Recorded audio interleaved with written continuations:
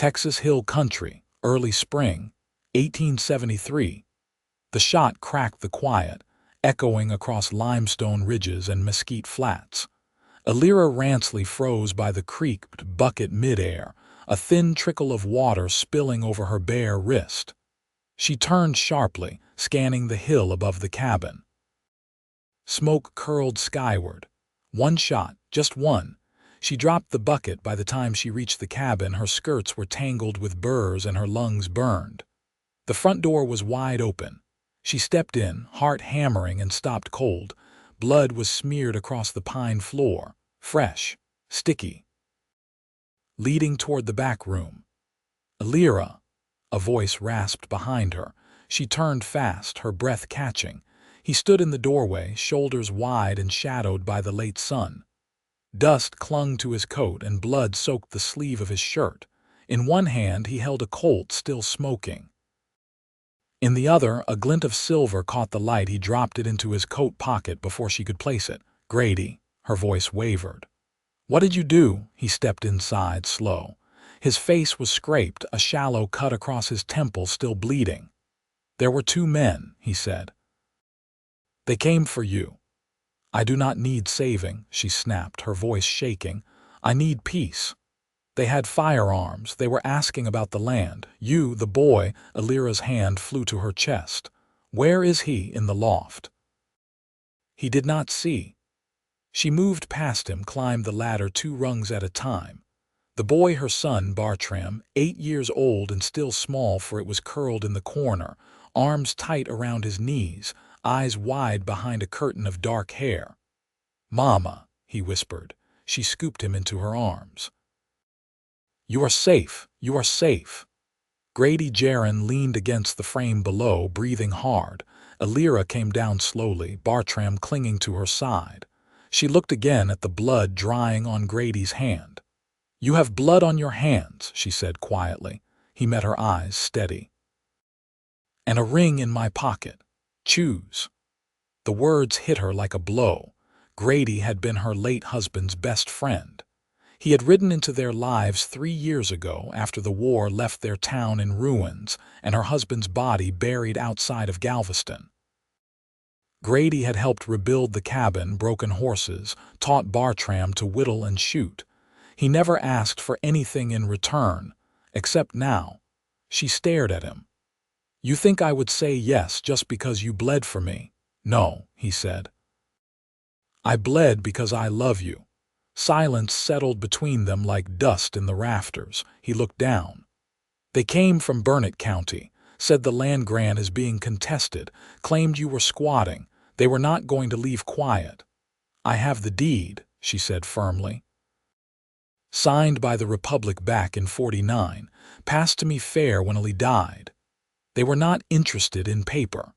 Alira pressed her lips together. She looked at Bartram, who had not let go of her hand. "I will not put my son through another war." Grady stepped forward. "Then let me help. Let me stay." "You already stayed," she said softly. "That was never the question." His hand brushed hers. "Then what is?" She looked up at him and her face softened. "Whether I can love again." Grady's voice dropped. "I will wait, but I will not leave." Her throat tightened. She gave a slow nod. A horse whinnied outside. Grady turned sharply, drawing his revolver again. Alira grabbed his arm. "Wait." He paused, listening. A second whinny. Then hoofbeats. Not a charge, just one rider. Grady moved to the porch, keeping low. Alira followed, Bartram behind her. A tall man rode up slow, hat tilted low, rifle slung across his back. He raised a hand in peace. "Alira Ransley," he called. She stepped forward. "Who asks?" "Eldon Sharp, county surveyor. I was sent to confirm the boundaries out here. Some disputes come up in town." Grady kept his hand on the weapon but lowered it slightly. "I got the deed," Alira said. "You want to see it, you can." "I do," Eldon said. "Just want to make sure no more trouble's brewing. Word is 2 men went missing on this trail yesterday." "Out-of-towners." Alira did not blink. "They were not missing. They were trespassing, armed, and they threatened my son." Eldon's face shifted. You saying they are dead? I am saying I protected my land, she said coolly. Grady stepped beside her. And I was witness. If law needs a statement, I will give it. Eldon nodded once. I am not here to make a mess, just wanted to see the lay of things. You mind if I come back tomorrow? Come with a warrant or not at all, Elira said. Eldon gave a tip of his hat and rode off. Grady turned to her. That will not be the last of them. I know. We need to make this official, he said. I marry you, this land is protected under my name too, they will not push as hard. She stared at him. You think that is the reason I would marry you? No, he said. But it is the reason I am asking now. She looked down at Bartram, who nodded once, serious. I like him, Mama. Grady's hand found hers again. I will love you until the last fire burns out of this world. Give me the chance. Elira's chest rose and fell. She had buried a husband, raised a boy alone, fought for every acre beneath her boots, and still this man had stood beside her through it all. Her voice was quiet but sure. Then ask me proper. Grady reached into his coat. The silver ring caught the light, a simple band, worn and plain. Elira Ransley, he said, kneeling stiffly. Will you be my wife? She reached down, took the ring, and slid it onto her finger. Yes. The morning after the ring settled on her finger, Elira pressed her palm against the warm, packed earth of the garden bed. The chill had lifted and the soil was soft, nearly ready for the spring sowing. She moved slowly, her knees creaking against the damp. Bartram sat nearby on his haunches, knife in hand, carving small notches into a length of cedar. He wasn't speaking, but he kept glancing toward the barn. Grady was in there, repairing the door latch that had been splintered during the struggle the evening before. Elira could hear the rhythmic scrape of his file against the iron and the occasional thud of a hammer. It had been a quiet breakfast, no tension, but a kind of held breath.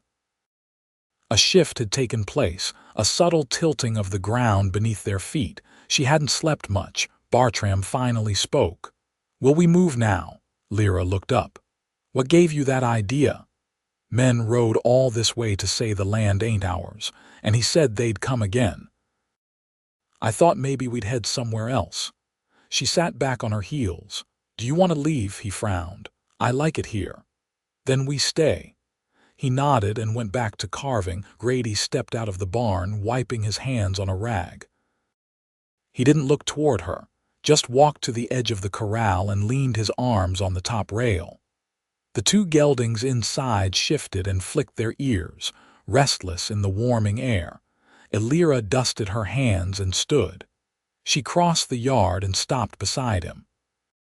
He glanced at her once, then looked back to the horizon. There's an old survey map in the county office, he said. Showed the boundaries before the railroad laid claims. I'd like to ride in tomorrow, see what it says. I can come, she offered.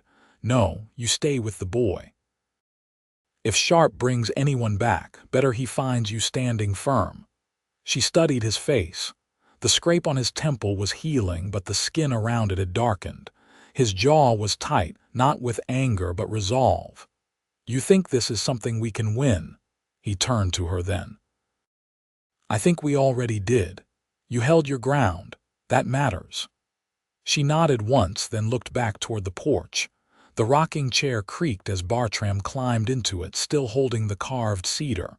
He didn't swing it, just held it in his lap as if weighing its worth. Grady followed her gaze. He's watching. He always does. I meant us. She didn't answer right away. Then, he's trying to understand what comes next. Grady leaned his forearms heavier against the rail.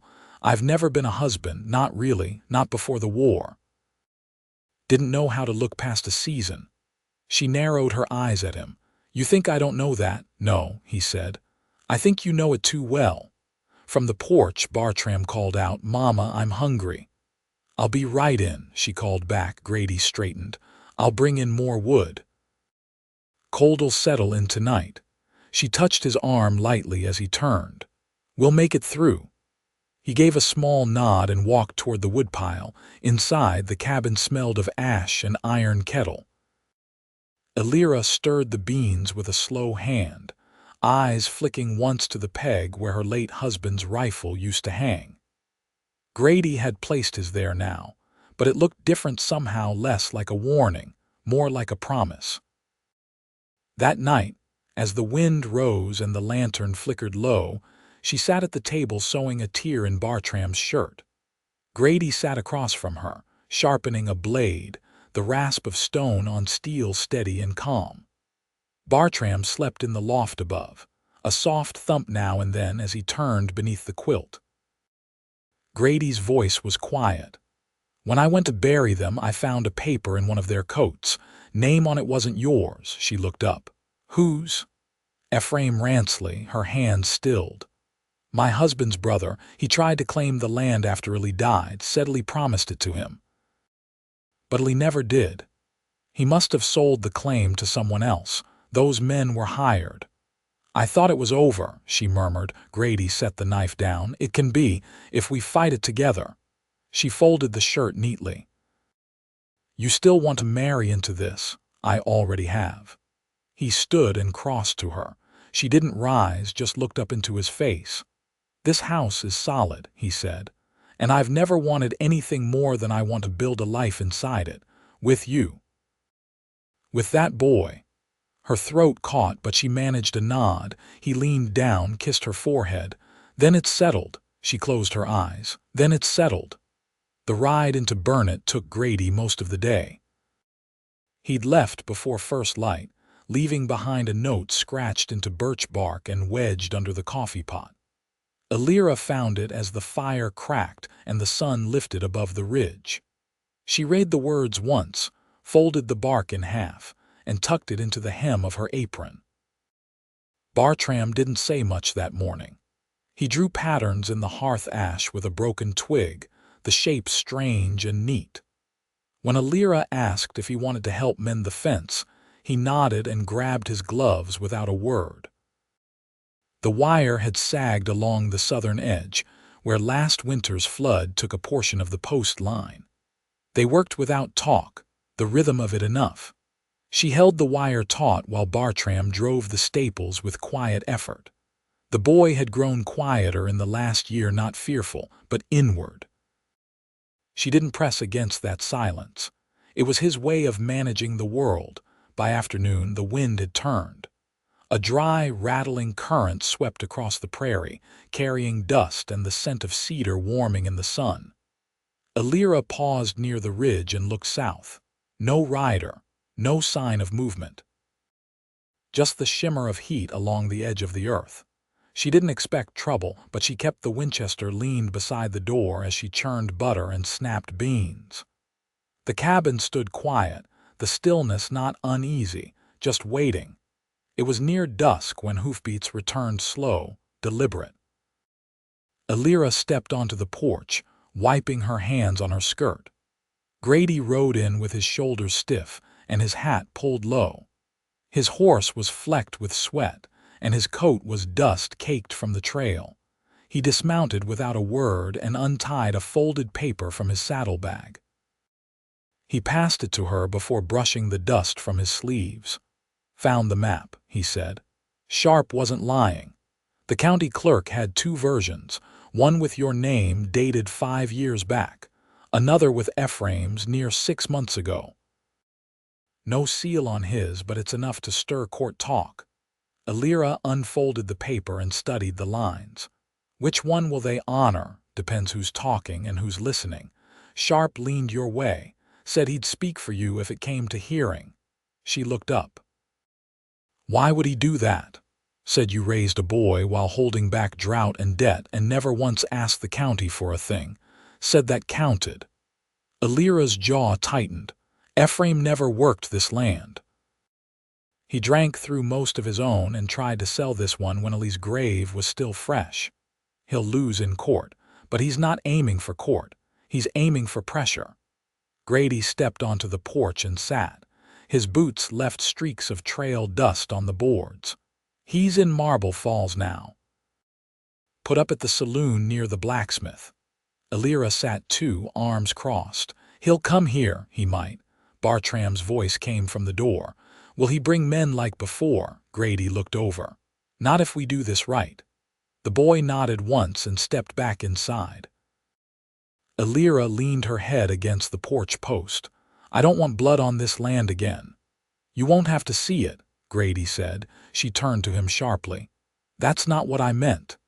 He didn't answer, just looked out at the golden wash of light spreading across the pasture. After a while, she asked, Did you go by the dry goods store? He gave a short nod. Picked up what you listed. Left it with the wagon team headed north. They'll drop it at the post road tomorrow. And the bolt of muslin, in the sack. She rested her chin on her hand. I was thinking of making you a shirt. His brow lifted slightly. I've never had one made for me. You've never belonged to a home before. He looked down at his hands, calloused and nicked. No, I haven't. The quiet stretched between them, but it wasn't empty. The kind of quiet that holds more than words. She stood and brushed her hands down her skirt. Come inside. You need water and supper. He rose and followed her. That night, after Bartram had curled beneath the quilt in the loft, Elira sat by the dim lamplight, working stitches into the new fabric. Grady sat nearby, rubbing linseed into the worn leather of his saddle bags. I'll ride to Marble Falls, he said. She didn't look up. When?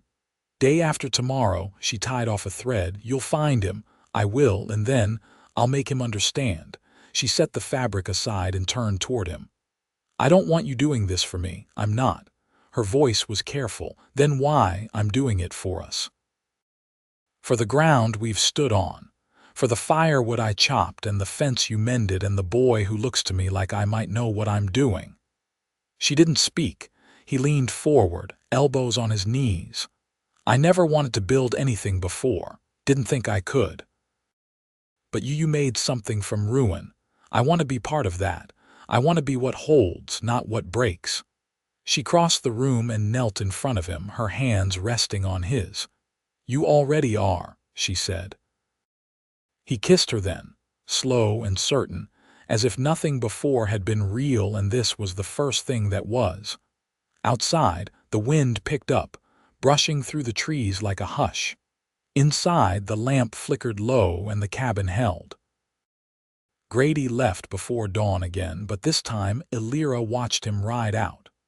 She stood at the edge of the pasture with her shawl drawn tight, her breath clouding in the early chill.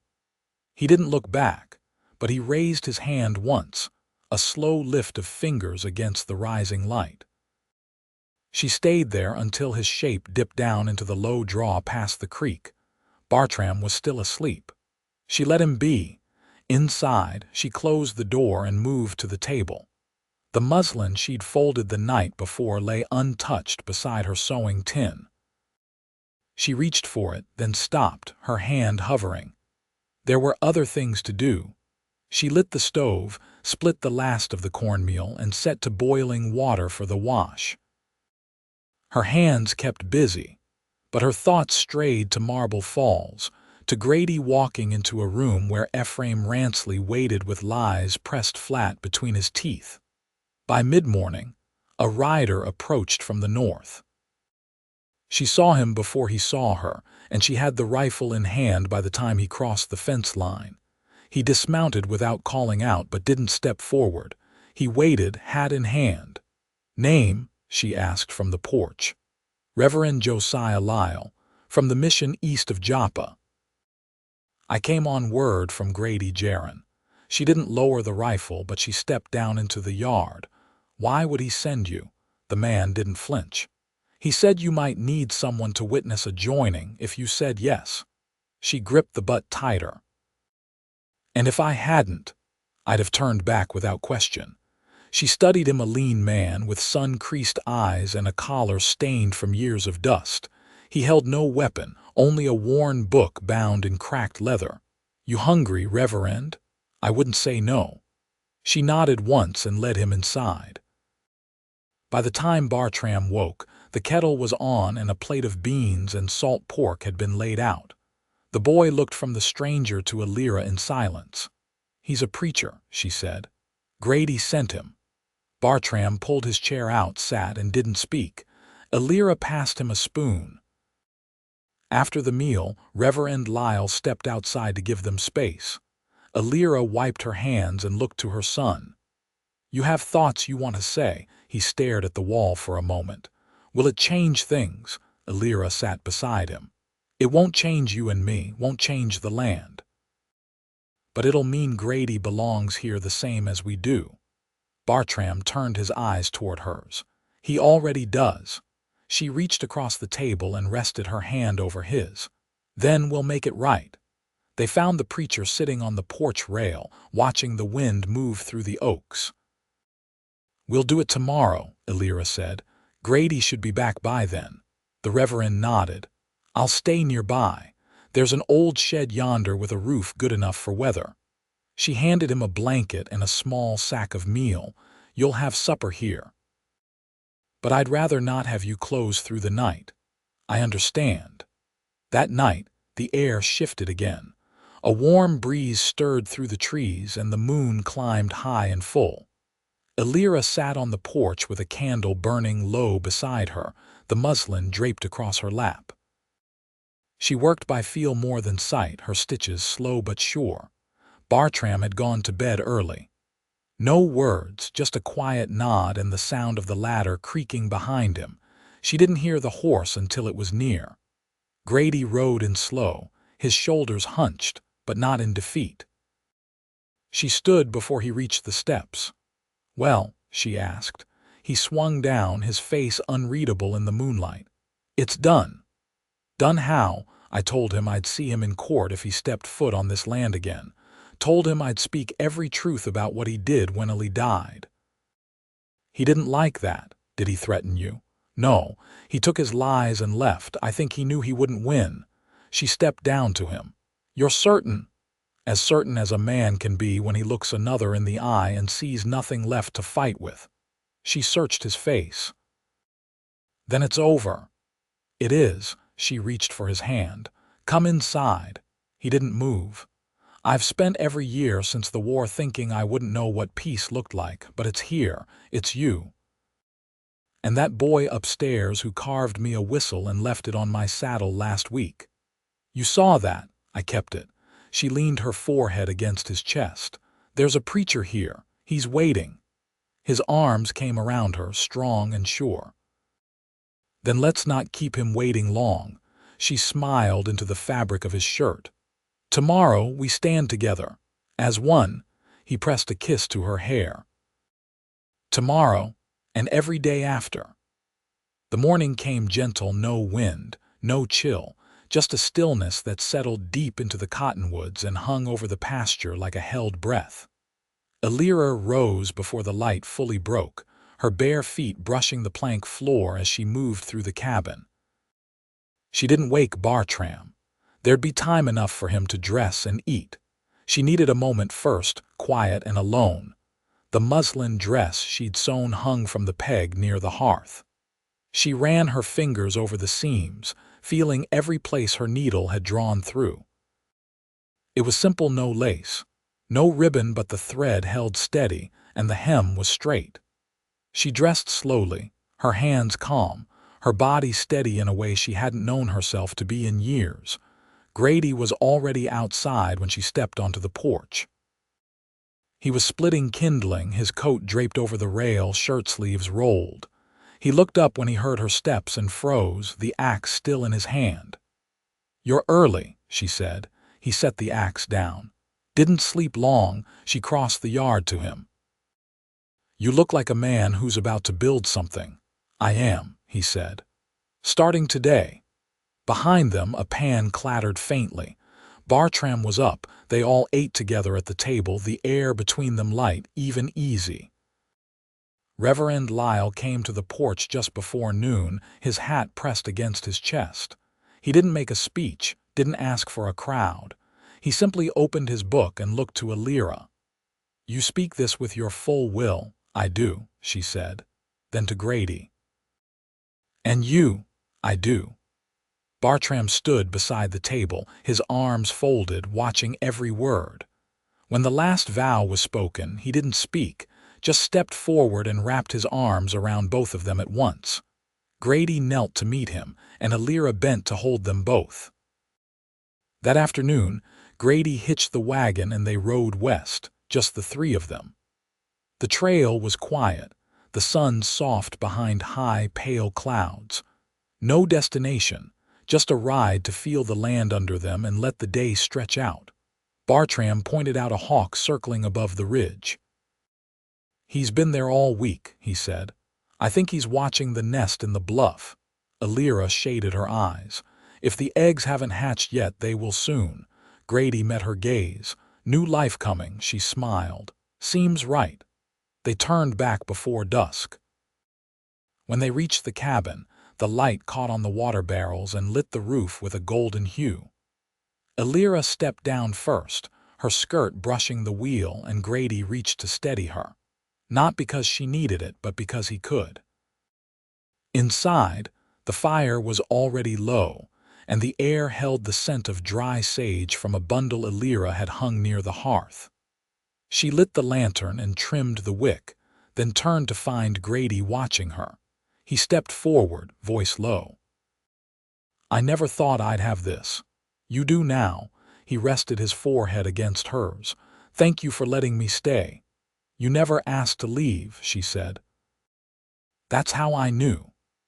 Later, when the boy was asleep and the wind had picked up enough to hum low against the eaves, she and Grady sat on the edge of their shared bed, the quilt pulled around their shoulders. He brushed his thumb over her hand, tracing the ridge of her knuckles. "No regrets?" he asked. "Only that I didn't say yes sooner." He kissed the back of her hand, then her temple, then her lips. "I'll make every day count." "You already do."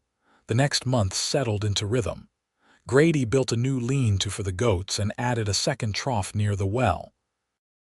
Bartram worked beside him when the chores allowed, and Alira planted early squash and beans, her garden stretching wider than before. Letters came from the county office, first to warn of a hearing, then to declare Ephraim's claim dismissed. The forged deed had been traced to a man in Lano with a known record. No further action was needed. One evening, as the sun dipped low and the first fireflies blinked across the pasture, Bartram stood at the porch rail with a folded paper in hand. "Can I show you something?" he asked. Alira set her sewing aside. "Of course." He unfolded a rough map drawn in charcoal and ink. There were fences marked, small buildings, even the creek bend scrawled in careful lines. At the center, a square labeled home. Grady leaned in. "You drew this?" Bartram nodded. "I wanted to remember how it looked in case I go away someday." Alira knelt beside him. "You'll always come back." Bartram looked between them. "I know." They hung the map near the door. Years passed. Spring gave way to summers heavy with dust and cicadas, then long winters that pushed them closer by the fire. Grady built shelves for Alira's jars, and she kept his shirts mended without asking. Bartram grew tall, his voice deepening, his shoulders broadening with work. He left one autumn to apprentice under a stonemason in Lampasas, came back with calloused hands and a carved whistle that matched the one he'd once made for Grady. By the time the oak near the barn split in two under lightning, Grady and Alira had been married nearly a decade. They planted a new sapling beside the wreck trunk and watched it take root the following spring. One night, as they lay in bed with the wind brushing through the open window, Alira turned her face toward him. "You still feel like you're building." Grady pulled her close. "Every day I breathe beside you." She smiled against his chest. "Then we've built something worth keeping." And they had. They lived out their years in the house they mended with their own hands, on land held firm with truth and love. The fence lines held, the garden grew, and the sun rose each morning over the same ridge they'd first stood on together. There was no more running, No more fear. Only days that stretched long and steady, the kind that made a life.